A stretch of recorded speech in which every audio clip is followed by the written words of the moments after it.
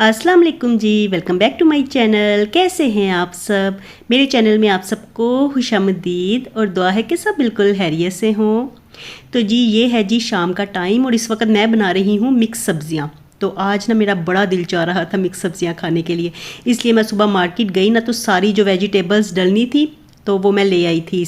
और अब ना बना के मैंने रख ली थी थोड़ी देर पहले ही, और अब मैं पकाने का काम फटाफट से कर रही हूँ। तो ये प्याज वगैरह मैंने पहले से बना के तो नहीं रखे थे, क्योंकि इस वक्त ना हमारी गैस के जाने का टाइम हो जाता है। तो फिर फटाफट से मैंने प्रेशर चढ़ाया और जल्दी से मैंने ना कटर के साथ ही ना प्याज काट के तो डाल दिया है। और आप लोग कहते हैं ये कटर कौन सा है, तो ये कटर ना मैंने तो 3-4 साल पहले का मंगवाया हुआ है। तो इतना शार्प है ना कि जब भी मैं इसे यूज़ करती थी ना तो मेरा हाथ ज़रूर कट होता था। तो जो मेरे रेगुलर व्यूअर्स हैं ना, तो उनको पता होगा कि ये ना स्टार्टिंग में मैं कितने ज़्यादा हाथ इस कटर के साथ कट करती थी। और अब तो ये इस्तेमाल कर कर के ना इतना ज़्यादा शार्प नहीं रहा, लेकिन फिर भी बड़ा अच्छा काम करता है। चलिए यहाँ पे ना मैं जल्दी से टमाटरों को ब्लेंड कर लूँ, क्योंकि टमाटरों का छिलका उतार के ना मैं ब्लेंड करके ही डालती हूँ। और मैंने सोचा कि आज ना मिक्स सब्जियाँ थोड़ी सी ना मैं ज़्यादा बना लेती हूँ। इस वक्त थोड़ी देर में ही डिनर का भी टाइम हो जाएगा, तो रेस्टोरेंट पे भी मैंने मिक्स सब्जियाँ ऑन कर दी हैं। तो अभी फ़िलहाल बनी तो नहीं थी, मेरी कोशिश थी कि फटाफट से बन जाए, ये ना हो कि कोई ऑर्डर आ जाए ना। तो मैंने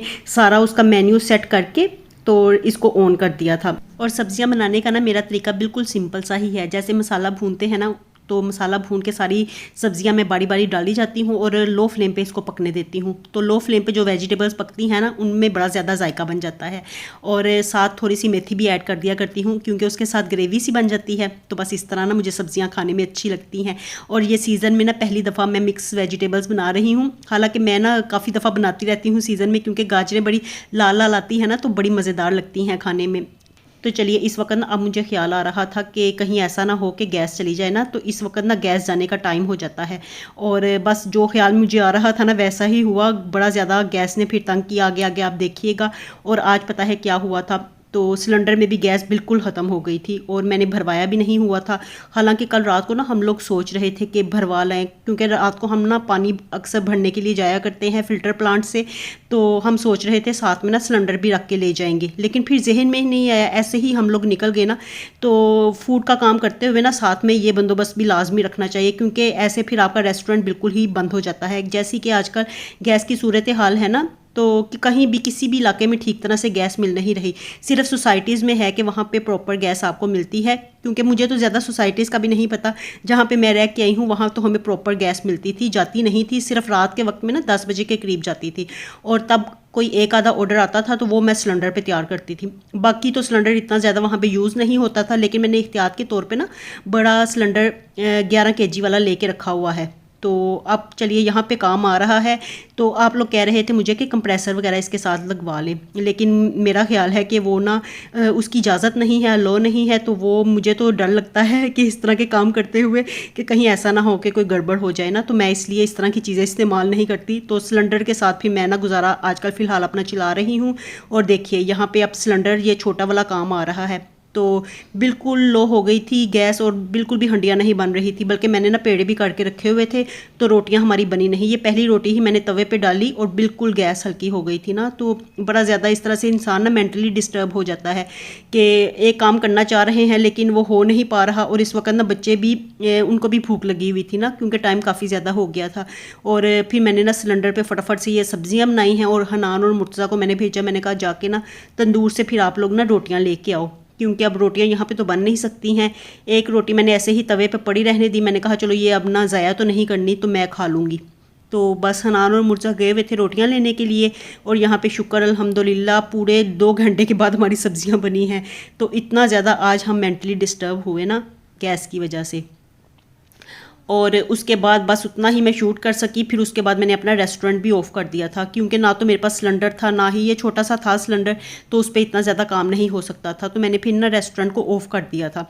तो अब ये नेक्स्ट डे का क्लिप है, नेक्स्ट डे की वीडियो है जो मैं आपके साथ शेयर कर रही हूँ।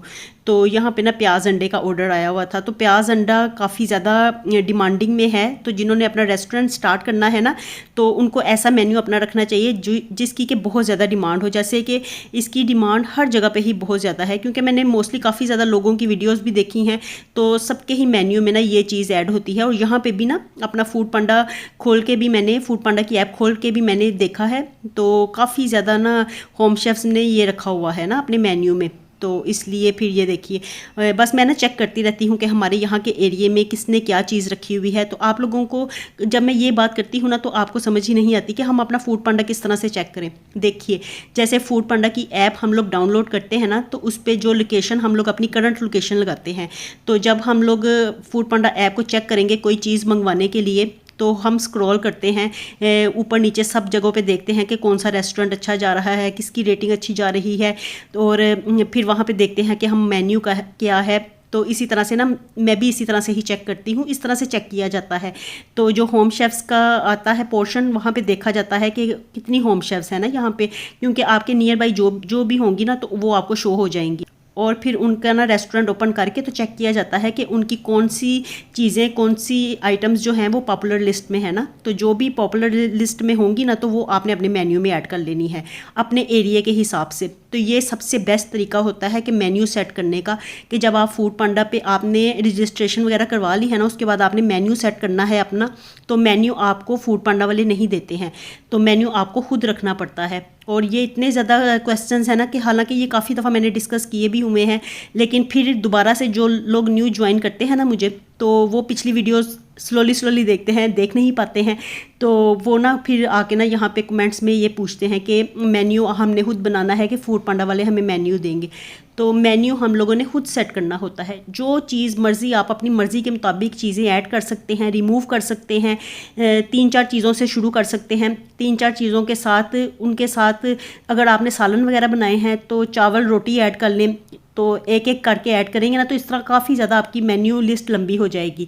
और जैसे मर्ज़ी आप काम करें, ये रेस्टोरेंट आपका अपना होता है, आपकी ज़ाती मलकियत होता है ना, तो आपने जितनी मर्ज़ी चीज़ें ऐड करनी है कर ले, जो रिमूव करना है वो भी कर ले। तो इस तरह से मैं भी ऐड करती रहती हूँ, कभी ऐड कर लेती हूँ चीज़ों को, कभी रिमूव कर देती हूँ, तो ऑन ऑफ करती रहती हूँ मैं भी ना, और देखती रहती हूँ कि होम शेफ्स क्या सेल कर रही हैं, कौन सी चीज़ें उनकी पॉपुलर आइटम्स हैं, कौन सी पॉपुलर लिस्ट में हैं, तो वो भी मैं भी ऐड करती रहती हूँ। मैं भी इसी तरह से ही सीख रही हूँ, क्योंकि हर काम जो आप करते हैं ना उसको सीखते हुए ना थोड़ा सा टाइम ज़रूर लगता है। तो जल्दबाजी करेंगे और इस तरह से जल्दबाजी करते हुए ना आपका दिल तंग पड़ जाएगा, तो फिर किसी भी काम में दिल नहीं लगता कि हमने काम शुरू किया है, ग्रो नहीं कर रहा, जल्दी हिम्मत हार जाएंगे, तो फिर ऐसे कैसे चलेगा ना। तो हर चीज़ को करने के लिए ना आपको हौसला रखना पड़ता है। और चलिए यहाँ पे ना मेरा प्याज अंडा तैयार हो गया है बातों बातों में ही, और ये ना 2 अंडों के साथ में सालन बनाती हूँ प्याज अंडों का। बस इस तरह से ना गार्निश में हल्का सा हरा धनिया डाल के कर देती हूँ, क्योंकि हरी मिर्चें मैं काट के ऐड किया करती थी ना, तो काफ़ी लोग फिर कहते थे कि स्पाइसी ज़्यादा हो जाता है ना, तो आप हरी मिर्चें ना ऐड किया करें, तो इसलिए फिर मैंने छोड़ ही दिया। मैंने कहा लोगों को पसंद नहीं आती, हालांकि हम लोगों को बड़ी अच्छी लगती हैं हरी मिर्चें ना, सालन वगैरह में, शोरबे में, या ऐसे कोई खुश्क चीज़ पकी हो उसमें, तो लोग आजकल ज़्यादा स्पाइसी पसंद नहीं करते। चलिए लोगों के टेस्ट के मुताबिक ही हम लोगों को फिर चीज़ें बनाना होती हैं। आज मैंने ना एक नई ये चीज़ ऐड की थी, स्पाइसी टोस्ट, तो ये अक्सर ना मेरे बच्चे खाया करते थे शौक से, तो ऐसे ही मैंने ऐड कर दी। मैंने कहा चलो ऐड करके देखते हैं। तो जैसे हम फ्रेंच टोस्ट बनाते हैं ना, बिल्कुल इसी तरह से ना स्पाइसी टोस्ट, ये मिर्चों वाले ना, तो मैंने ना आज इसको भी मेन्यू में ऐड कर दिया। और जैसे ही मैंने इसको ऐड कर दिया ना तो 2-3 ऑर्डर्स इसके आ गए। तो मैंने कहा चलो लोग भी शायद देखना चाह रहे हैं या खाना चाह रहे हैं कि ये किस तरह के होते हैं, या शायद वो पहले खाते होंगे तो ट्राई करना चाह रहे हैं, तो अच्छा ही हुआ मैंने इनको ऐड कर लिया है। और बस इनको ना मैंने लो फ्लेम खुद ही स्टोव की ना लो ही फ्लेम है, तो ये मेरी अम्मी के घर से आया हुआ स्टोव है, तो इसकी ना बिल्कुल लो फ्लेम है, और स्लोली ना फिर टोस्ट हो गए। और ये ना सिलेंडर के साथ ही मैंने लगाया हुआ है, तो यहाँ पे इस साइड पे ना सिलेंडर पे मैं काम करती हूँ। अब यहाँ पे भी मुझे स्टोव रखना पड़ गया, क्योंकि फिर मेरा काम ही इस तरह का है। ये देखिए यहाँ भी एक स्टोव है, ये सारे ना मैंने सिलेंडर के साथ अटैच किए हुए हैं, ताकि जिस वक्त फिर गैस ना मिले हमें, तो फिर सिलेंडर पर मैं काम कर लेती हूँ अपना सारा। और फिर ना हम लोग ना कल रात को ना फिर सिलेंडर भरवा लाए थे। मैंने आपको बताया था ना कि गैस नहीं थी, तो बड़ा ज़्यादा हमें ना परेशानी का सामना करना पड़ा था लास्ट नाइट। तो बस फिर हमने ना रेस्टोरेंट अपना ऑफ़ किया और जाके ना हम लोग यहाँ पे हमें कहीं पे ना पता भी नहीं चल रहा था कि सिलेंडर कहाँ से बढ़वाएं, क्योंकि वहाँ पे तो ना जैसे ही हम सोसाइटी से बाहर निकलते थे ना तो जगह जगह पे रोड्स के ऊपर ना सिलेंडर पड़े होते थे, लोग सिलेंडर रख के बैठे होते थे, तो हमें पता चल जाता था कि यहाँ पे है भरने वाले ना। तो अब यहाँ पे हमें आइडिया नहीं हो रहा था कि कहाँ से भरवाएं, क्योंकि पहले यहाँ पे इतनी ज़्यादा गैस जाती नहीं होती थी हमारी, दोपहर के टाइम में स्लो हो जाती थी, लेकिन ना बिल्कुल भी ऐसे नहीं होता कि सारी ही चली जाए। लेकिन अब ऐसा होता है कि बिल्कुल ही जो स्टोव है ना वो सुनसान हो जाते हैं। तो बस ना फिर हम लोगों ने सर्च करते करते हम लोग काफ़ी दूर निकल गए, और फिर मुल्तान रोड हमारे पास ही है, तो वहाँ पे ना हमें फिर एक सिलेंडर वाली दुकान नज़र आई, तो वहाँ से हम लोग भरवा के लाए। तो चलिए यहाँ पे ना ये ऑर्डर भी रेडी हो गया, और ये मैंने भिजवा दिया था, जिसमें कि वो स्पाइसी टोस्ट वगैरह थे ना, ऑमलेट था एक, उसके साथ एग मायो सैंडविच था, तो वो मैंने बिल्कुल रेडी करके ना भिजवा दिया था। और अब यहाँ पे बन रहे हैं जी शामी कबाब। ये फटाफट से मैं तैयार करके रख लूँगी। शामी कबाब मेरे हर 2-3 दिन के बाद बनते हैं, क्योंकि इसमें से ना कुछ फ्रोज़न की सूरत में ना सेल हो जाते हैं। तो 3-4 मेरे कस्टमर ऐसे लग गए हैं कि जो ना मैं बनाती हूँ ना, साथ ही वो फिर नेक्स्ट डे में ना मंगवा लेते हैं।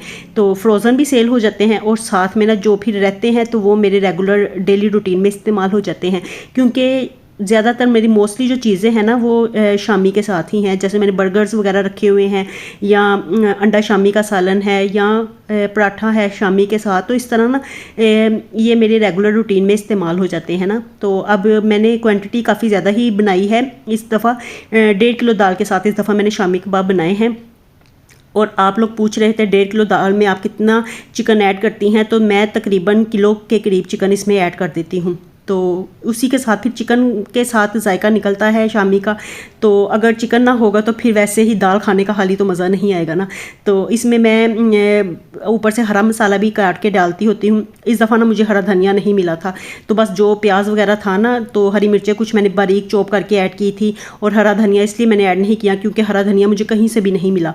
तो बस कभी कभी ऐसे होता है कि जिस वक्त बाज़ार जाए ना, तो या तो कोई चीज़ जहन से निकल जाती है, या फिर कोई चीज़ अवेलेबल ही नहीं होती है। तो बस शाम के वक्त हम लोग निकलते हैं, जिस वक्त बस मौका बन जाता है ना कि थोड़ी देर के लिए भाग के जाते हैं, और जो सामान याद आता है फटाफट से लेके तो घर वापस आ जाते हैं। और शामी कबाब बना लिए मैंने, बना के रख दिए, और अब ना बना रही थी मैं चाय, क्योंकि अरीबा की तबीयत ना कुछ बहुत ज़्यादा ख़राब है। वो जाती है ना यूनिवर्सिटी सुबह के टाइम, तो बस उसका ना गला बड़ा ज़्यादा ख़राब है काफ़ी दिनों से ही, और वायरस एक दफ़ा घर में घुस जाए ना तो फिर सारे ही बारी अपनी देते हैं। और साथ में ना मेरा भी गला हल्का हल्का दर्द करने लगा हुआ है। तो बस ये चाय फिर हम लोगों ने बनाई थी। रीबा भी थोड़ी देर पहले ही यूनिवर्सिटी से आई है, तो कह रही थी कि बस मैं चाय के साथ ना रस खाऊंगी, मेरा कुछ खाने को दिल नहीं चाह रहा। तो मैं उसी के लिए ही बना रही थी, साथ में अपने लिए भी बना ली। और मैं अपने लिए बनाऊँ ना तो मुर्तज़ा ज़रूर कहता है कि मेरे लिए भी बना दें थोड़ी सी। तो चलिए जी, यहीं तक था मेरा आज का व्लॉग। आपसे मैं लेती हूँ इजाज़त, मिलूंगी नए व्लॉग के साथ। खुश रहिए जी, आबाद रहिए, अपना बहुत सा ख्याल रखिएगा। अल्लाह हाफिज़।